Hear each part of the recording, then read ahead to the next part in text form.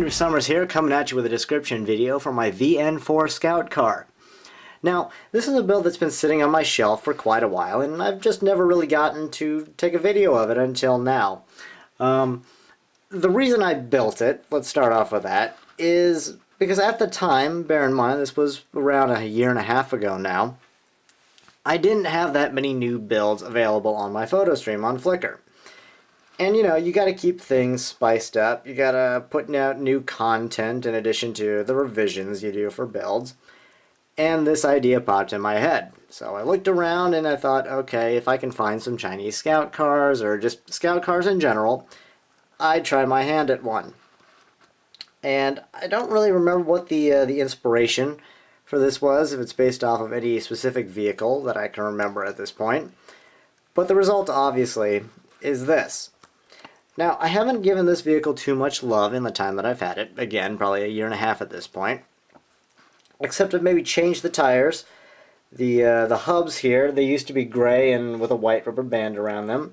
But I changed that to black, frankly, because I needed those gray hubs for something else. You know, I don't know what, I don't remember what, but I needed them, so as a result, this thing now has black hubs.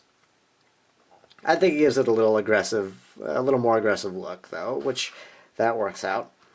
But my favorite part of this build, and you've probably recognized this or noticed this feature, is the angled sides. Now, I've done this pretty much just using hinge bricks. You know, slap a couple hinge bricks on their sides, and you can mount some plates to them and come up with an angle, like so. But in doing that, that kind of created a little conundrum, and that was how to install the doors. So if you haven't figured it out by now, the doors, they are gull-wing, sort of. They just go up like this. Total occupants of this vehicle are just 3. You have a driver, a navigator, and then you have a gunner up in the turret. Now, the gunner, right now he's in a standing position, so he can use the machine gun. But actually, he can go inside the turret and operate it. So the whole thing spins a full 360 degrees. The gun elevates and depresses like that. And if I spin the vehicle around to its backside, you can see the interior and how to get in. Basically, you just fold down this, and then right inside there, that is where the gunner would sit. And if I fold this back up, we can go back to some of the other features of it. Most prominent one, I've said this before and I'll say it again, is when it comes to land vehicles, I gotta have working steering and suspension. So the front wheels, they steer like so, and then the suspension on the front wheels allows it to have a good bit of travel, as well as the suspension on the rear wheels. So I can do this and that and that.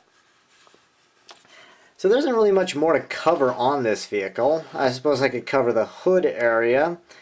The hood area, you know, you can notice there's a little bit of an angle going on there, and I used hinge plates to do that. Nothing too special right there.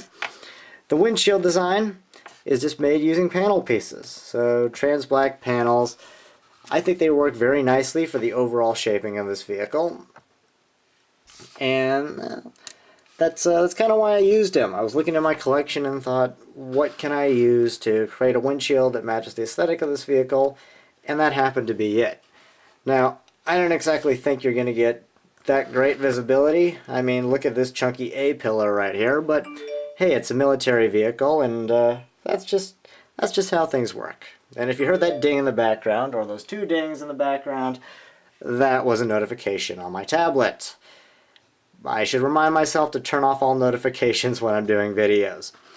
But anyhow, hope you enjoyed this look at my VN4 Scout car. Feel free to like, comment, and subscribe to the channel if you wish to do so. But I'll catch you in the next one. Bye.